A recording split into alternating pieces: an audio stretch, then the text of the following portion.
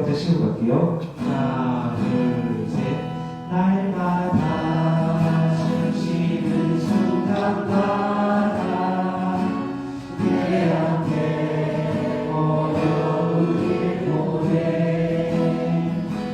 주님 앞에 이 몸을 맡길 때 슬픔 없네 두려움 없네 주님의 자비로운 손길 항상 좋은 것 주시도다 사랑스레 아픔과 기쁨을 수고와 평화와 안식을 네, 느낌 다 보셨을 거라 믿고요. 우리 시작성과 마치도록 하기 시작하겠습니다. 성부와 성자와 성령의 이름으로 아멘.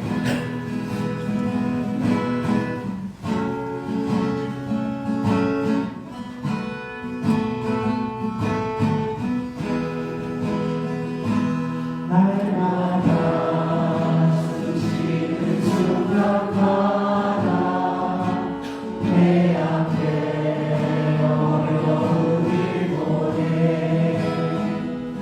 주님 앞에 이 몸을 맡길 때 슬픔 없네 두려움 없네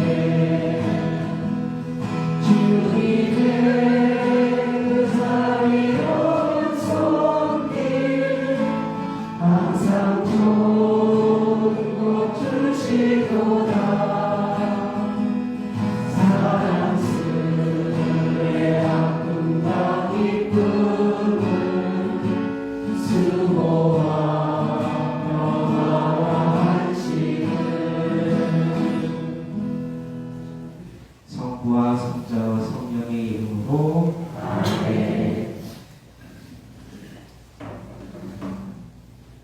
네, 바쁘신 와중에 많은 분들 와주셔서 감사합니다. 저 잘 보이시나요? 네. 이제 잘 보이시죠? 네. 제가 강의 주제를 고통으로 잡았는데 말씀드렸다시피 송봉모 신부님께서 쓰신 책 고통, 그 인간적인 것, 그 책 내용이 너무 좋아서 이거 사슴특강 때 한번 요약해서 이야기해보자 했는데 너무나 고통이었습니다. 내일 새벽 12시, 1시까지 요약하고 쉽지 않더라고요. 그래도 준비되도록 준비했으니 함께 나누겠습니다.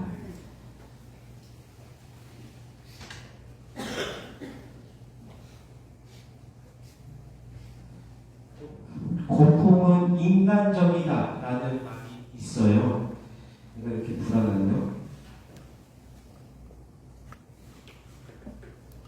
네, 고통은 인간적이라는 말이 무슨 말일까요? 인간이면 누구나 고통을 겪는다라는 이야기가 되지요. 우리는 크고 작은 고통들을 겪게 되는데요. 짧은 영상 하나 보고 갈게요. 재밌는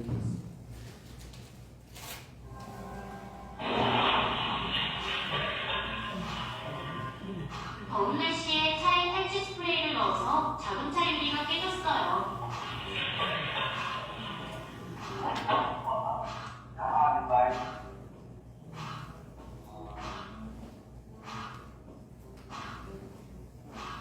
우리는 CCTV를 확인하기 전까지 골프카트가 어떻게 차에 들어갔는지 궁금했어요.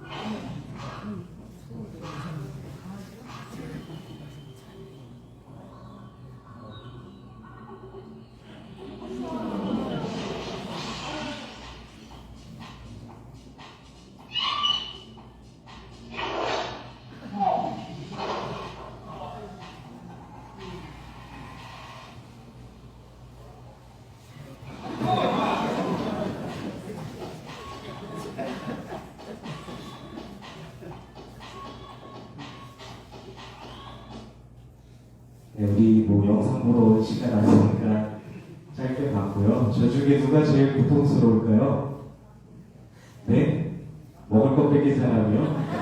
자동차 박살난 사람일까요? 누구나 자기가 겪는 고통들이 제일 크지요. 근데 앞에서 봤던 고통들은 그냥 웃으면서 견딜 수 있는 고통일 수 있겠습니다. 근데 때로는 우리가 자연계에서 태풍이 와서 모든 걸 휩쓸어 가는 듯이. 혹시 지금 무선 마이크 될까요? 그 앞에. 네, 자연에서 죄송합니다. 마이크 바꾸겠습니다.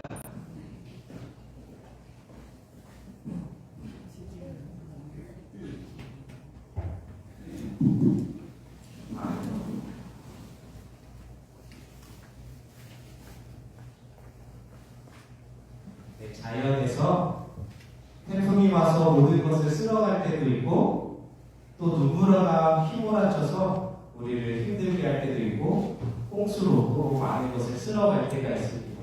앞에서 봤듯이 작은 고통들은 괜찮은데 그렇게 힘든 고통들이 우리를 찾아올 때가 있습니다.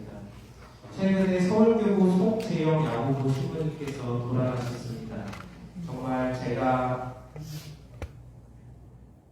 직접적으로는 알지 못하지만 열심히 정말 누구보다 열심히 사셨고 훌륭한 삶을 사셨는데 등산을 가다가 심장이 이렇게 마비가 왔었는지 돌연사 하셨다고 연락을 받았었습니다.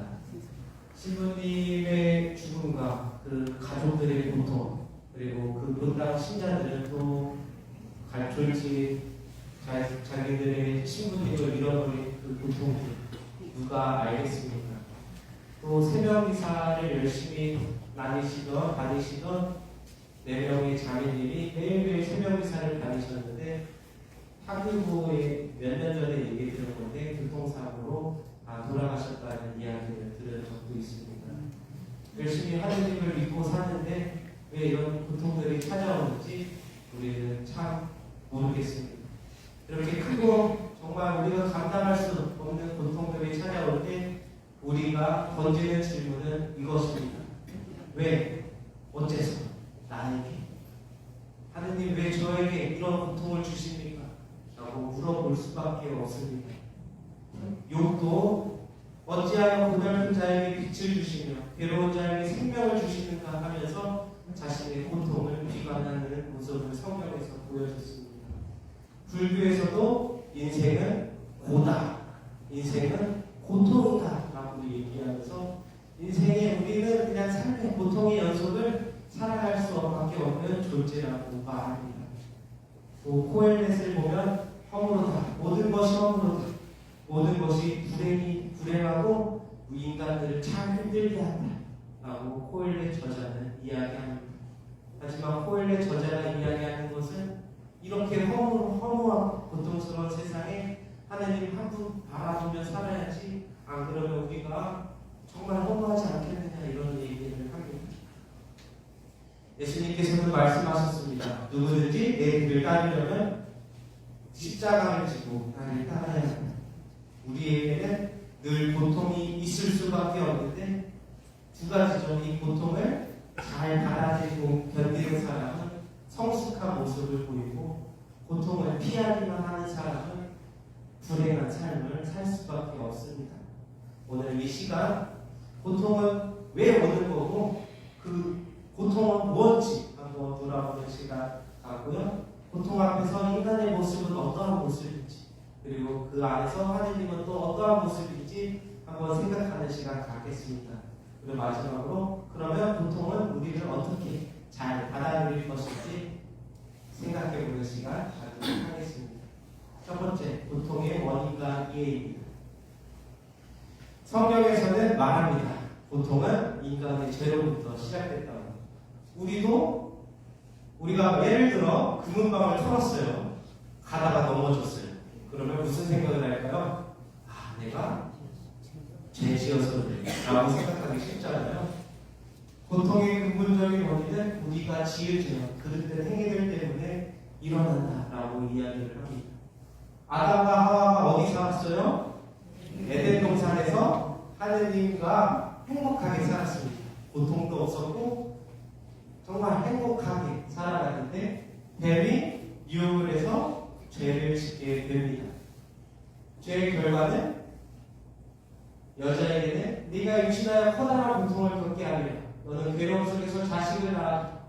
내 남편을 닮아가고 그는 너의 주인이 되리라 라고 말씀을 하시고요. 하나님께서 남자에게는 내가 아내의 말을 듣고 내가 너에게 따먹지 말라고 명령한 나무에서 열매를 따먹었으니 땅은 너 때문에 저주를 받으리라. 너는 사는 동안 고통 속에서 땅을 붙여먹으리라. 너는 흙에서 나왔으니 흙으로 돌아갈 때까지 땀을 흘려야 양식을 얻을 수 있을 것이다 라고 말씀하십니다. 유학을 해보면 첫 인간이 죄를 지어서 수고와 고생이 우리에게 왔다 라고 생각할 수 있습니다. 시편 1장인데요. 행복하여라. 악인들의 뜻에 따라 살지 않고 죄인들의 길을 듣지 않으며 주님의 가르침을 좋아하고 그분의 가르침을 밤낮으로 되새기는 사람. 그들 시냇가에 심겨 시들지 않은 나무와 같아 하는 일마다 잘 되리라 라고 이야기합니다. 하느님의 뜻을 잘 따르는 사람들은 하느님께서 시냇가에 심겨진 나무처럼 보살펴 주시어 의인의 길은 행복하고 좋은 길을 걷게 될 것이다 라고 시편을 이야기합니다. 반대로 악인들은 그렇지 않으니 바람에 흩날리는 겨와 같아 악인은 심판대에 의인들의 모임에 서지 못하리라. 주님께서 알고 계시고 악인들의 길을 멸망에 이르기 때문일세 라고 이야기합니다. 의인들은 하느님이 돌봐줘서 그 길이 행복할 거다. 시편은 1장에서 얘기해요. 악인들은 그들의 악행 때문에 그들은 고통과 벌을 받을 것이다 이야기를 합니다. 길이 있잖아요. 잘 가기만 무사한데 길이 아닌 곳으로 가려고 하니까 스스로 고통의 굴레에 빠질 수밖에 없는 것이지.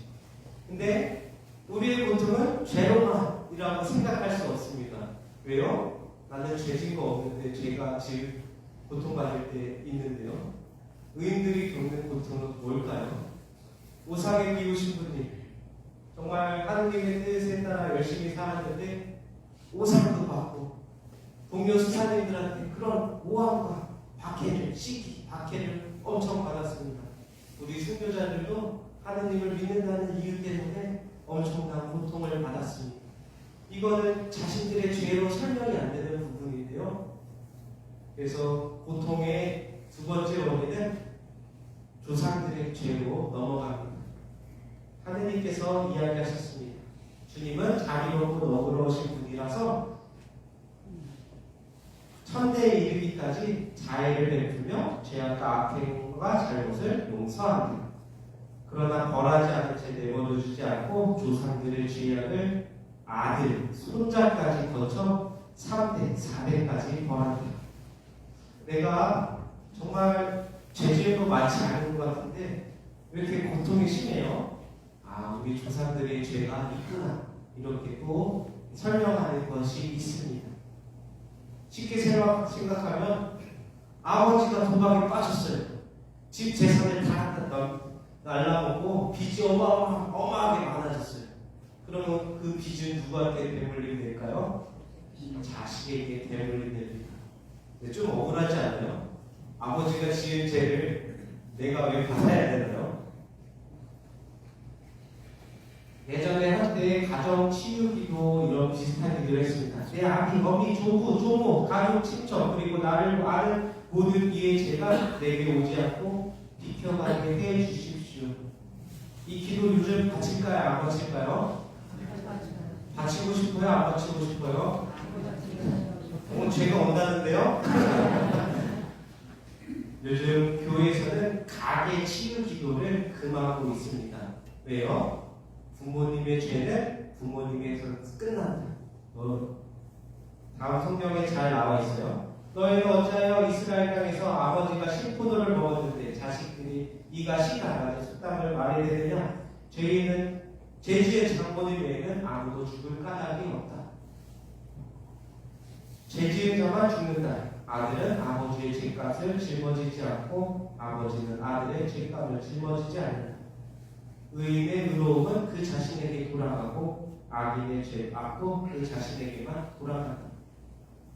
그러면 조상님의 죄도 아니고 나의 죄도 아닌데 그러면 우리는 왜 고통을 받나요? 다시 원점으로 돌아가게 되는데요. 여기서 나오는 새로운 답변은 고통은 신비다. 고통은 알 수 없는 거다. 하느님 외에 아는 사람이 없다. 라고 우리 또 받아들여야겠습니다. 여기 질문합니다. 의인에게 고통을 왜 주셨습니까? 하느님이 그 질문에 질문으로 대답하셔요.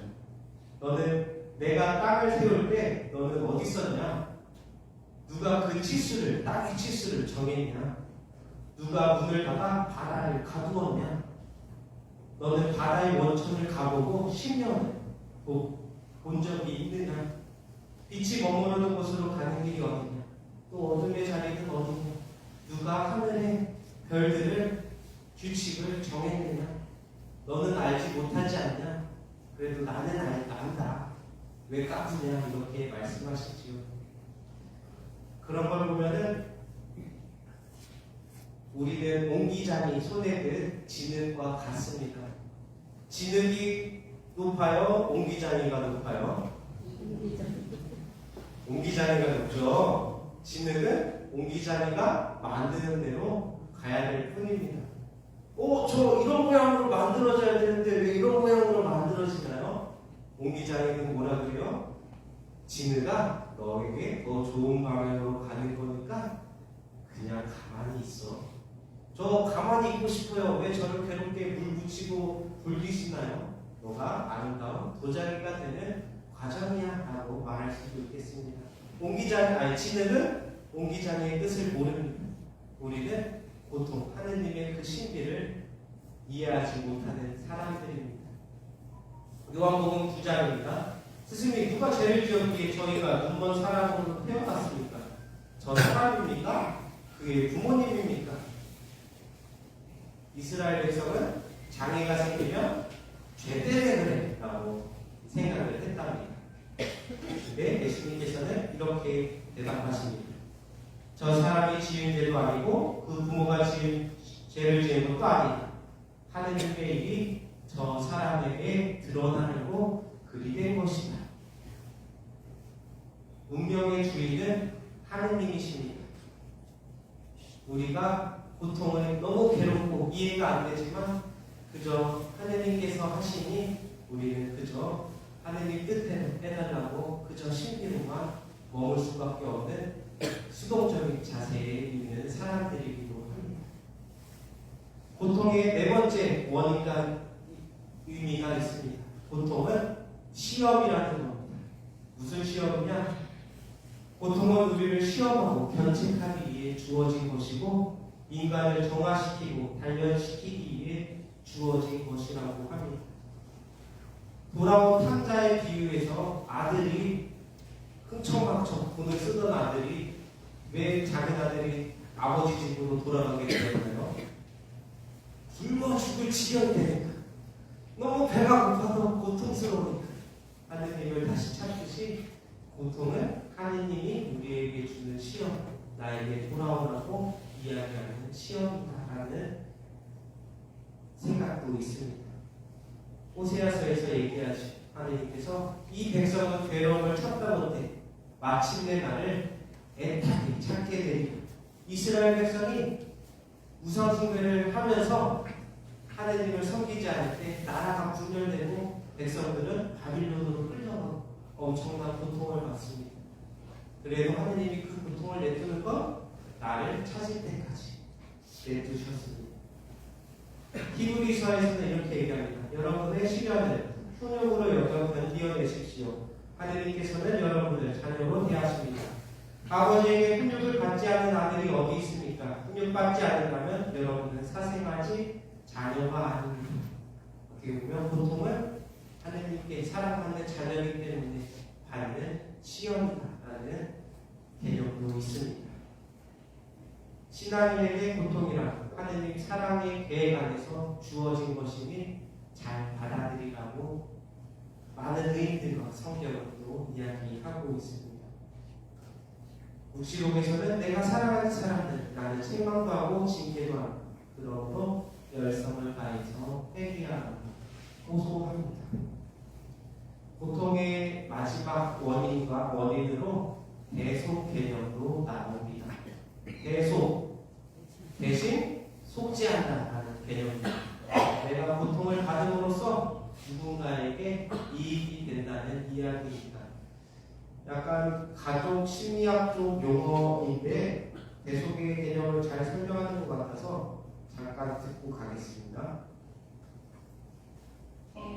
가족의 그 스케이프고트라고 하는데요. 약간 희생양 비슷한 거래요. 제가 희생양은 단어가 좀 그렇습니다. 어쨌든 저희의 용어로, 전문의 용어로는 스케이프고트라고 하는데 이게 무슨 얘기냐면 남매력 하는데 오빠가 굉장히 까다롭고 약간 난폭하고 동생을 지 기분 나쁘고 때려요. 근데 오빠가 동생을 때리는 게 잘못된 거잖아요. 어떤 엄마 아빠는 이 아들을 데려다 얘기하는 건 문제가 너무 커지는 거예요. 이 감당이 안 되는 거예요. 그럼 뭐라고 말하냐면 딸한테 너 니네 오빠 그런 거 몰라? 아 너무 억울하지. 아니 네가 알았으면 오빠를 건드리지 말았어야지. 이렇게 됨으로써 사실은 얘가 잘못한 건 없는데도 불구하고 얘한테 어떻게 보면 이렇게 접근하는 걸 통해 진짜 진정한 문제를 손을 대지 못한 채 단순히 숨어버리는 약간 그런 게 조금 보여요. 약간. 네, 계속 희생양 이론 조금 이해가 되셨나요? 초대교회 때 뭐죠? 네로 황제 때 로마시에 엄청난 불이 일어났었잖아요. 사람들이 폭동을 일으킬 수도 있었는데 네로 황제가 아주 간단한 생각을 합니다. 어떤 생각이었죠? 방화범은 그리스도인들이다. 그리스도인들을 그냥 대속 제물로, 희생 제물로, 희생양으로 만들어서 사람들의 그 분노와 원성을 그리스도인의 박해에 사용하도록 했지요. 그래서 누군가의 대속을 함으로써 다른 사람들은 의롭게 된다. 이게 대속 개념입니다. 대속적인 고통의 절정은 예수 그리스도에 있습니다. 예수님께서 모든 사람들의 죄를 짊어지고 가셔서 우리의 죄는 용서받고 우리에게 구원의 문이 열렸습니다. 그분께서는 우리의 죄를 당신 몸에 친히 지시고 십자나무에 달리시어 죄에서는 죽은 우리가 의로움을 위하여 살게 해주셨습니다. 그분의 상처는 여러분의 병은 나았습니다. 라고 이야기를 합니다. 저 때만 해도 학교폭력도 심했지만 학교 체벌도 엄청났습니다. 잘못하면 선생님한테 맞고 막 그랬죠. 저희가 중학교 때 국어 선생님은 시험 점수가 떨어지거나 시를 못 외우거나 그럴 때마다 발바닥을 엄청 때렸습니다. 제가 좋아하는 여학생이 있었는데 그 여학생이 24대 발바닥을 맞게 될 일이 있었습니다. 제가 멋지게 손을 들고 제가 대신 맞겠습니다. 했을까요? 안 했을까요? 그때는 사랑이 전부인 줄 알고 했습니다. 그래서 대신 맞았습니다. 기분이 어땠을까요? 나쁘지 않았습니다. 스스로 멋있었습니다. 하지만 남는 건 없었습니다. 이렇게 누군가를 위해 대신 고통을 받는 건 그래도 할만하죠. 그렇죠? 부모님의 입장에서 자녀가 아픈 것보다 차라리 내가 아프길 바라는 마음이면 그건 안 할 겁니다. 그래서 부모님들은 자녀들을 위해 많은 희생을 하지 않습니까? 그것도 대속으로 볼 수 있겠습니다. 부모님의 고통으로 집안이 평안해지는 것. 하지만 내가 모르는 사람의 죄가 내가 대신 희생해야 된다는 이건 좀 억울하지 않나요? 그렇죠? 우리가 겪는 고통 중 하나가 예수님이 고통받으신 것처럼 다른 죄인들의 고통에 대한 대가를 우리가 치르는 거야 라고 설명하는 개념도 있습니다. 다소 억울하고 괴롭겠지만 예수님께서도 하셨으니 우리도 받아야 하는 고통이기도 합니다. 고통에 대한 5가지 말씀드렸는데요. 죄 때문에, 조상들의 죄 때문에, 아니면 진짜 모르는 거, 혹은 시험, 혹은 대속이다. 그때마다 우리가 겪는 고통을 우리가 식별할 때마다 이건 내게 죄로이 돼서 이거는 아무래도 모르겠다. 이거는 누구 때문에 내가 대신 받는 고통인 것 같아. 그때마다 우리는 알아서 판단하고 식별하고 해석할 수 있겠습니다. 그러면 고통 앞에서 인간의 모습은 어떨까요? 아까 영상 봤듯이 작은 고통들은 그때는 화가 나지만 지나고 나면 야, 나 이런 일이 있었다? 웃으면서 이야기할 수 있습니다. 그런데 엄청난 고통 앞에서 인간의 모습은 좌절과 절망뿐입니다. 정말 집에 부도가 나고 끔찍한 얘기는 안 하겠습니다. 상상할 수 있잖아요. 우리가 상상한 것보다 더 끔찍한 일들이 일어날 때 정말 살고 싶겠습니까? 살고 싶지 않겠습니까? 네, 저 모습입니다. 더 이상 살아가고 싶지 않다는 모습입니다. 성경에서도 의인들이 많이 그렇습니다. 예레미야도 이렇게 얘기합니다. 저주를 받아라. 내가 태어난 날. 어째 내가 모태에서 나와 고난과 슬픔을 겪으며 내 인생을 수치 속에서 마감해야 하는가. 예레미야 예언자가 엄청나게 고통받은 예언자인 거 아시죠? 진짜 보상 하나 못 받고 고통만 받고 간 예언자인데 자신이 삶을 살고 싶지 않다 하나님께 부르짖는 모습입니다. 토비기에서도 나옵니다. 당신께서 주실 대로 저를 가두시고 명령을 내리시어 제 목숨을 아상하게 하소서. 그리하여 제가 이 땅에서 벗어나 흙이 되게 하소서. 저에게는 사는 것보다 죽는 것이 낫습니다. 열왕기에서 엘리야 예언자도 이렇게 얘기합니다. 주님, 이것으로 충분하니 저의 목숨을 거두어 주십시오. 저는 제 조상들보다 나은 것이 없습니다. 정말 엄청난 고통 앞에서 인간의 모습은 살고 싶지 않다입니다. 차라리 죽는 게 낫지. 근데 또 죽을 수는 없잖아요. 그렇죠? 예수님께서도 십자가 위에서 부르짖습니다. 나의 하느님, 나의 하느님, 어찌하여 나를 버리십니까? 고통 앞에서 인간은 하느님께 부르짖을 뿐 단지 방법이 없습니다. 근데 하느님의 모습은 어떤가요? 바로 예수님을 구해주셨나요? 예레미야 예언자를 보살펴 주셨나요? 그냥 내비둬 뒀습니다. 그냥 침묵하시는 하느님의 모습에 우리의 고통은 더해가고 기도가 의미가 있다 생각되고 하느님이 정말 있는 건가 그렇게 의심하게 되기도 합니다. 고통 앞에서 인간은 부르짖다가 또 하느님을 원망하다가 하느님의 존재까지 또 의심하게 되는 게 우리의 모습입니다. 그런데 하느님의 진짜 모습은 저는 요한복음에서 발견하는 것 같습니다. 마리아, 라자로의 동생 마리아는 예수님께서 계신 곳에 가서 그분을 뵙고 발 앞에 엎드려 이렇게 얘기합니다. 주님께서 여기에 계셨더라면 제 오빠가 죽지 않았을 것입니다. 왜 우리 오빠가 아픈데 안 오셔서 우리 오빠 죽게 만들었습니까? 원망하는 모습이기도 합니다. 마리아도 울고 또 그와 함께 온 유다인들도 우는 것을 보신 예수님께서는 가만히 있으시는 분이 아니라 북받치고 마음이 산란해지시는 분입니다. 그리고 예수님께서는 눈물을 흘리시는 분입니다.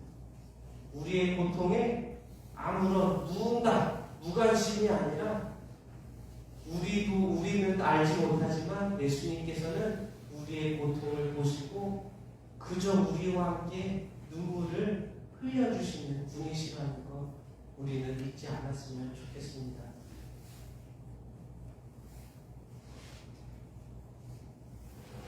예수님께서 제자들에게 하신 말씀 약속이 있어요. 이 세상에서 늘 곤란을 겪을 것이다. 하지만 결코 혼자 있지 않을 것이다. 너희는 평화 중에 있을 것이다. 누구를 믿으면요? 하느님을 믿고 나를 믿으면 내가 너와 함께 있겠다라고 말씀하셨지요. 내가 너희에게 이 말을 한 이유는 너희가 내 안에서 평화를 얻게 하려는 것이다.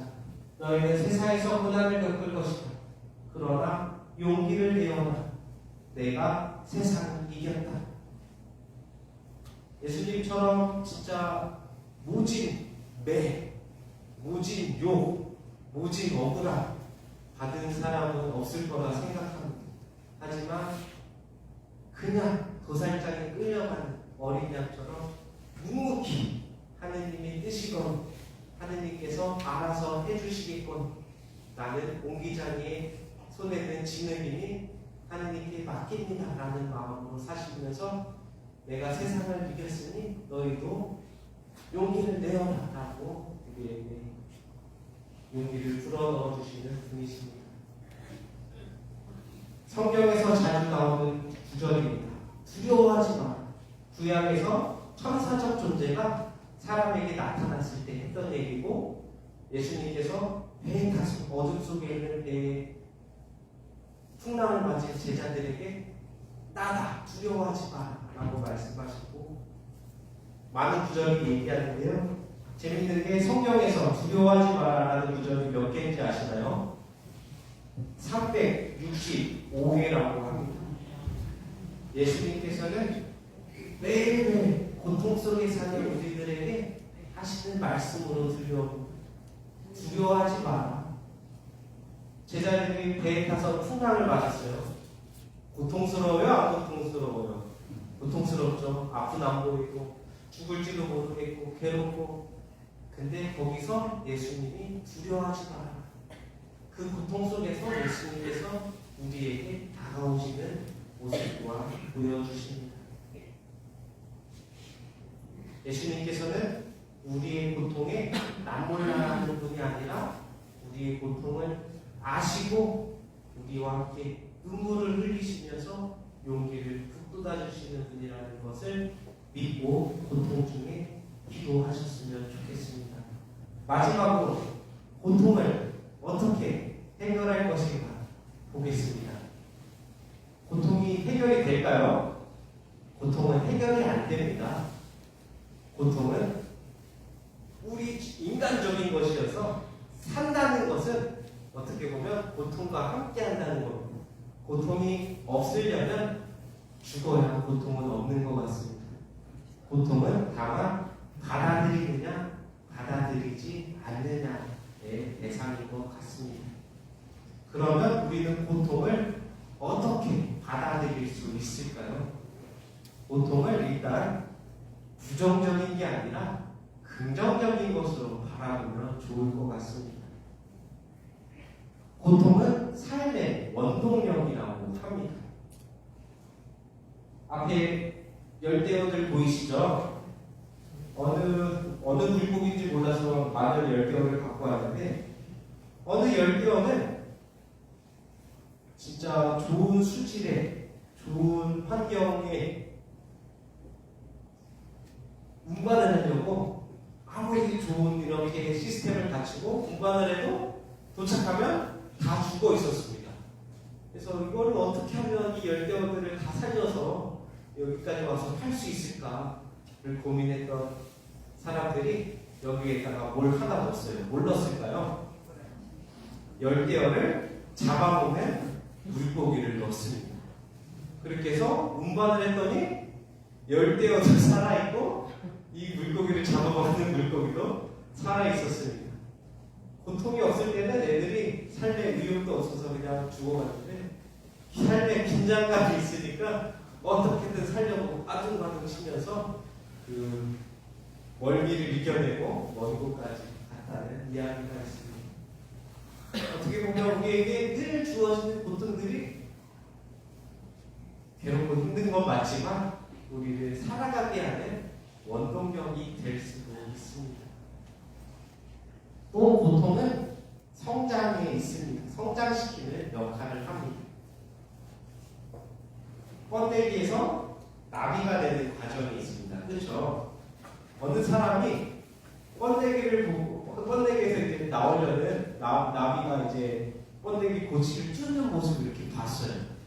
날개로 이렇게 막 찢으려고 하는데 고치가 찢어져요? 안 찢어져요? 안 찢어져요. 이 나비가 지치고 힘들고 불쌍해 보이니까 이 사람이 어떻게 했냐면은 커터칼을 갖고 와서 고치가 잘 열리도록 고치를 살짝 찢어줬습니다. 나비가 쉽게 나올 수 있을까요? 네, 쉽게 나왔어요. 그 다음 나비는 어떻게 됐을까요? 날지 못하고 땅에 떨어져서 죽었다고 합니다. 왜요? 날개로 이 고치를 밀어내면서 날개에 힘이 세져야 날 수 있는데 이 나비는 그 과정이 생략됨으로써 결국 날 수 있는 힘을 잃어버렸다고 합니다. 살면서 정말 어마어마하게 고통받는 사람들을 뵐 때가 있어요.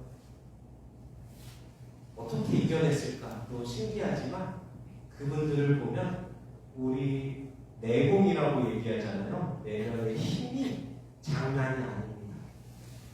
이제 무슨 고통이 와도 행복하게 지낼 수 있습니다. 왜요? 그만큼 고통을 받았기에 그만큼 성장한 사람이기 때문입니다. 고통은 아프고 힘들기도 하지만 우리를 성장시키는 역할도 합니다. 넘어가겠습니다. 또 고통은 아까 고통은 시험이라고 얘기했는데 고통을 통해서 우리는 하느님과 만나기도 합니다.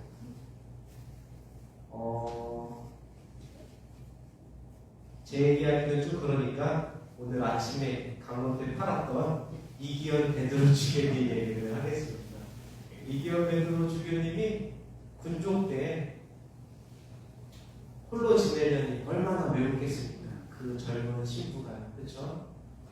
그 괴로움을 이기려고 날마다 술을 드셨다고 합니다. 이게 고통을 하느님으로 풀어야지 다른 것으로 푸니까 마음은 더 어떻게 돼요? 더 괴로워지고 더 심란해지고 더 술에 의존하게 돼요. 더 우울하게 돼요. 더 불행하게 돼요. 그러다가 지나가다가 성전에 감실 등을 보고 이렇게 살면 안 되겠다 싶어서 감실 앞에 앉아서 하느님 저 너무 힘들어요 하면서 엉엉 우셨다고 합니다. 그때 마음의 평화를 느끼고 지금까지도 매일매일 성체조례를 하신다고 합니다. 이기현 베드로 주교님이 많이 고통이 없었다면 저처럼 신자분들 만나서 행복하게 지냈더라면 성체조례를 했겠습니까? 그 마음 깊은 성체조례를 했겠습니까? 안 했겠지요. 저도 제 얘기는 나중에 강로 숙제하게 되니까 말씀드리겠습니다. 정말 우리는 고통을 만나면 그 안에서 하느님을 깊게 만날 수 있습니다. 전제가 있습니다. 고통스러울 때 다른 것에 의존하지 말고 뭐에 의존하고요? 하느님께 의지하고 하느님께 기도하실 때 우리는 하느님을 깊이 만날 수 있습니다.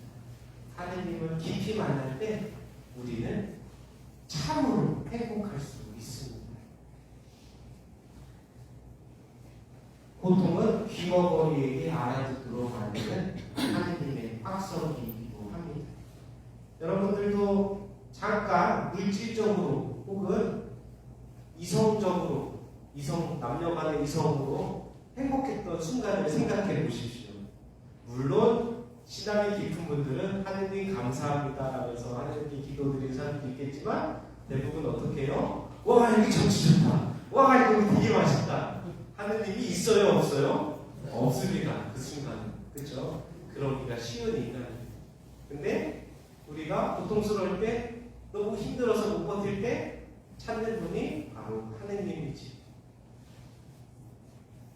버스 타다가 고속도로를 가는데 정류장은 멀었는데 배가 너무 아플 때 하느님을 열렬히 찾지 않습니까? 좀 비유해서 하지만 죄송하지만 보통은 너가 그동안 하느님을 찾지 못한 김어머니에게 이제 좀 찾아봐 라고 얘기하는 하느님의 음성이기도 합니다. 그래서 우리는 고통 중에 하느님을 만날 수 있습니다. 고통을 이겨내는 방법인 것 같아요. 더 많이 사랑할 때 우리는 고통을 이겨낼 수 있습니다. 한 가지 예로 최귀동 할아버지 이야기를 하려고 합니다. 어느 분인지 아시나요? 네. 꽃동네를 탄생시킬 수 있게 만드신 분이라고 할 수 있겠네요. 그렇죠? 이미 좀 꽃동네 삶을 이미 시작한 분이기도 하죠. 이 할아버지가 일제시대 때 강제 노동에 끌려갔습니다. 강제 노동 잘 먹어요? 못 먹어요? 못 먹어요. 잠 잘 자요? 못 자요? 못 자요. 이미 인간이 건강해질 수 없는 여러 조건들인데 거기에 또 오직 고문까지 받습니다. 몸이 정상이에요? 비정상일까요? 몸이 정상적으로 움직일 수가 없습니다. 근데 해방을 맞이하고 이 할아버지가 했던 일은 깡통 들고 죽어라는 일이었습니다. 음식을 얻는 일이었습니다. 자기가 먹으려고 했던 것도 있지만 여러분들도 알다시피 진짜 못 움직이는 나보다 더 힘든 사람에게 먹을 것을 주려고 공양하고 다녔습니다. 정말 자기보다 더 어려운 사람들에게 사랑을 주면서 살았습니다. 이 할아버지가 겪은 고통 장난이 아닐 거예요. 봉사하기도 힘든데 강제 노동이라니 거기에 먹을 것도 못 먹고 고문까지 받고 정말 견디기 힘든 고통이었을 텐데도 그럼에도 큰 사랑을 실천하십니다. 이런 분들이 최기동 할아버지뿐만 아니라 주변에 찾아보면 참 많습니다. 인터넷만 봐도 세상에 아름다움을 사는 분들이 너무 많습니다. 이런 분들은 자기 안에 고통이 있을 수가 없지. 이분들은 고통을 넘어서 이미 영원을 향해서 하느님 나라를 이미 살고 있는 아름다운 영혼들이십니다. 우리가 고통을 이겨내는 좋은 방법 중 하나는 더 많이 사랑할 때 우리가 겪은 고통을 이겨낼 수 있습니다. 더 많이 사랑하는 대상은 나보다 더 어렵고 힘든 사람들을 찾아가서 그들을 위로해주고 사랑해주는 일이 되겠지요. 성 바오로 사도도 원래 고통 만들어주는 전문가셨는데 나중에 바뀌어서 자기가 모진 고통을 다 받습니다. 바오로 사도가 받은 고통 목록입니다. 옥살이도 하였으며 매질도 지독하게 당했고 죽을 고기도 넣었고 채찍 맞은 것이 3번, 돌질을 당한 것이 1번, 파선을 당한 것이 3번, 비 깊은 바다에서 떠나기도 했답니다. 이걸로 안 끝납니다. 강물에 이어 동족에게서 오는 이여 이민족에서 오는 이여 고을을 겪는 이여 광야를 겪는 이여 바다를 겪는 이여 거짓 형들에서 겪는 이여 주의가 해봤음에 시달렸습니다. 그리고 바오사는 하느님이 나에게 주신 가시가 있다. 그것이 나를 또 너무 고통스럽게 했다. 이렇게도 표현합니다. 바오사는 왜 이렇게 고통받았을까요? 하느님을 전파하려고 예수 그리스도께서 참으로 하느님의 아들이시요 부활하신 구세주라는 걸 이민족에게 선포하려고 그렇게 모진 고통을 받았습니다.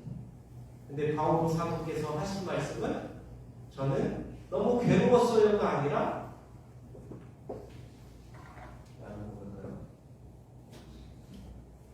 언제나 기뻐하십시오. 끊임없이 기도하십시오. 모든 일에 감사하십시오. 바오 사도가 어떤 삶을 살았는지 알 수 있는 대목입니다. 하느님을 사랑하면 사랑할수록 너무 많은 고통을 받았는데 거기서 고통스럽게 사는 것이 아니라 정말 하느님을 전파하면서 누구보다 감사하면서 행복하게 사신 분이라는 것을 우리는 알 수 있습니다. 고통을 이겨내기 위해서 더욱더 이웃을 사랑하고 하느님을 사랑하는 것이 우리의 고통을 받아들이고 이겨내는 일이라 생각합니다. 마지막으로 고통을 잘 받아들이는 방법은 옹기장이 손에는 진흙이 되는 것. 하느님이 알아서 해주세요. 하느님께서 알아서 해주시겠지. 저는 알아서 해주시겠지 하고 아무것도 안 하면 안 됩니다. 자기의 우리에게 주어진 일을 충실히 하면서 하느님의 뜻이 이루어지기를 바라는 마음이 이 고통을 잘 받아들이는 모습일 것입니다. 여기서 누굴 예를 줄까 하다가 세옹지마부터 나오네요. 인생사 세옹지마라는 이야기가 있습니다. 다들 아시겠지만 한 번 더 하겠습니다. 세옹이라는 사람이 말을 가지고 있었어요. 말이 너무나 멋져서 부자들이 이 말 좀 팔으라고, 진짜 비싸게 살게. 안 팔아요. 근데 말이 도망갔어요. 사람들이 아유 말 진짜 팔지 안 팔아가지고 속상하게. 이 세옹이라는 사람은 거기에 속상해하지 않았어요. 인생사 세옹 사람의 일은 어떻게 될지 모르는 거야. 말이 두 마리가 돼서 왔네요. 도망갔던 말이 다른 말까지 데리고 와서 야 복 받았다 너 축하한다. 세옹이라는 사람은 거기서도 기뻐하지 않고 인생은 어떻게 되는지 모르는 거예요. 그 말 위에 아들이 타고 가다가 넘어져서 다리가 부러졌죠. 야 이게 많이 축복이지 않았는데 이게 저주였대. 세옹은 인생은 어떻게 될지 모르는 거예요. 전쟁이 났는데 다 끌려갔는데 아들이 다리를 다쳐서 전쟁이 안 끌려갔네요. 야 그러면 그게 축복이었다 사람들이 얘기했을 때도 세옹이 하는 얘기는 인생은 어떻게 될지 몰라. 이게 인생사 세옹지마입니다. 인생사 세옹지 어떻게 될지 모르는 우리 인생을 그냥 하느님께 맡겨드리자. 이게 축복이 될지 저주가 될지는 아무도 모르는 겁니다. 축복이 저주가 될 수도 있고 저주가 축복이 될 수도 있는 우리의 인생 아닙니까? 그래서 우리는 오 기자님이 손에 쥐는 것처럼 하느님께 맡겨드릴 때 우리는 고통을 더 잘 받아들일 수 있을 거라 생각합니다. 네, 하느님의 그 누구도 우리의 앞길을 앞날을 알지 못하기 때문입니다. 구약 창세기 요셉 이야기 유명해서 다들 아시죠? 아버지의 사랑을 독차지하고 꿈 얘기를 하면서 내가 형들보다 부모보다 내가 더 꿈에서 높은 사람이었어요 얘기를 하니까 형들이 쟤 안되겠다, 쟤 없애버리자 해서 이집트 상인에게 팔아버렸습니다. 거기서 요셉의 고통은 시작됩니다. 종살이의 고통, 또 모함당해서 감옥에 갇히는 고통. 이 모든 고통을 이겨내면서 요셉은 파로의 꿈을 잘 풀이해서 이집트 재상까지 올라가고 이집트를 잘 다스리게 됩니다. 그리고 나중에 형들까지 만나게 됩니다. 우리가 우리 고통에 집중했을 때 이때 형들을 만났으면 다 잡았겠죠. 그렇죠? 내가 힘이 생겼는데 나를 팔아버렸어. 예전에 그랬겠죠. 그러나 요셉이 얘기하는 말은 너무나도 멋집니다. 내가 형님들의 아우 요셉입니다. 형님들이 이집트로 팔아넘긴 그 아우입니다. 그러나 이제는 저를 이곳으로 팔아넘겼다 해서 괴로워하지고 자신에게 화를 내지고 마십시오. 우리 목숨을 살리시려고 하느님께서는 나를 여러분보다 앞서 보내신 것입니다. 세옹이란 사람처럼 정말 인생의 앞길을 모르니까 하느님께 맡겨드린 요셉의 삶을 잘 볼 수 있습니다. 정말 노예살이 때도 감옥의 고통 속에서도 누구 하나 저주하지 않고 하느님의 뜻이 이루어지기를 바라는 모습에 형들까지도 품을 수 있는 이런 모습, 원망이 아니라 정말 원망과 저주가 아니라 용서와 화해의 모습을 보여줬습니다. 고통을 잘 받아들이는 방법. 고통은 삶의 원동력이요. 뭐였죠? 삶의 원동력이요. 성장이라는 것. 그리고 하느님과의 만남의 길이고 또 뭐였죠? 기억이 안 나요. 네 번째가 하느님과 만남의 길이고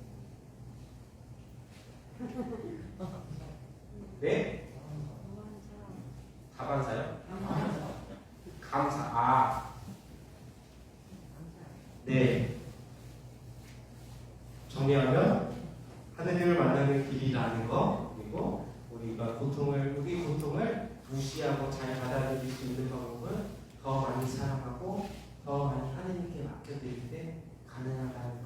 기억했으면 좋겠습니다. 어느 누구도 혼자이지 않습니다. 누군가 찾지 않을 때 하나님께서 여러분과 함께 해주실 것입니다. 그리고 정말 말 못하고 힘들고 괴로운 고통 있으면 정말 나눌 사람 없을 때 저에게 나눠주시면 제가 그 아픔 함께 직접 나누지는 못하지만 잘 들어드리도록 하겠으니 언제든 이야기해 주셔도 되겠습니다. 혹시 질문 있을까요?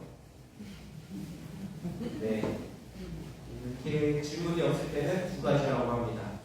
강의를 너무 잘했거나 관심이 없거나. 이제 하나 더 추가하면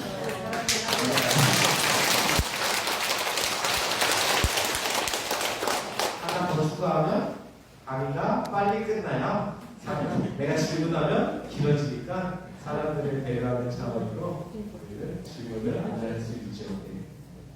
제가 아까 시작성가 때 부른 성가인데요. 날마다 숨쉬는 순간마다 우리의 내 앞에 어려운 일 때문에 주님 앞에 이 몸을 맡길 때 근심 없게 두려움 없게 하나는 성가인데요.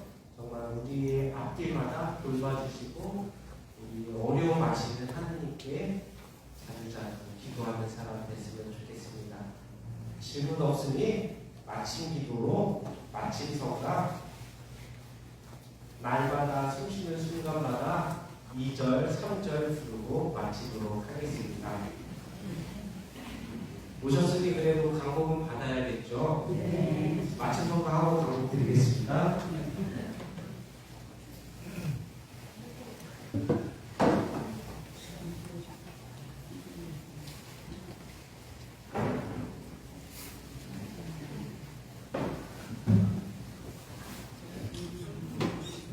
연습으로 부를게요.